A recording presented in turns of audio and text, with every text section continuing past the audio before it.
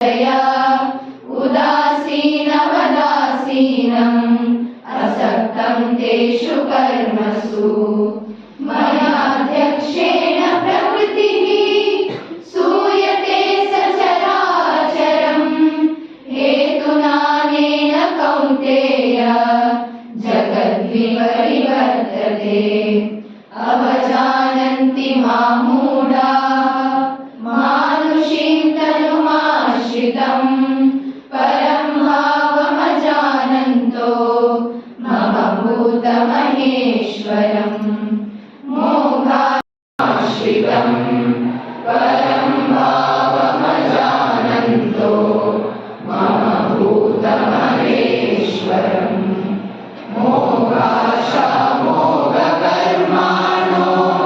मोहज्ञानविचेतसः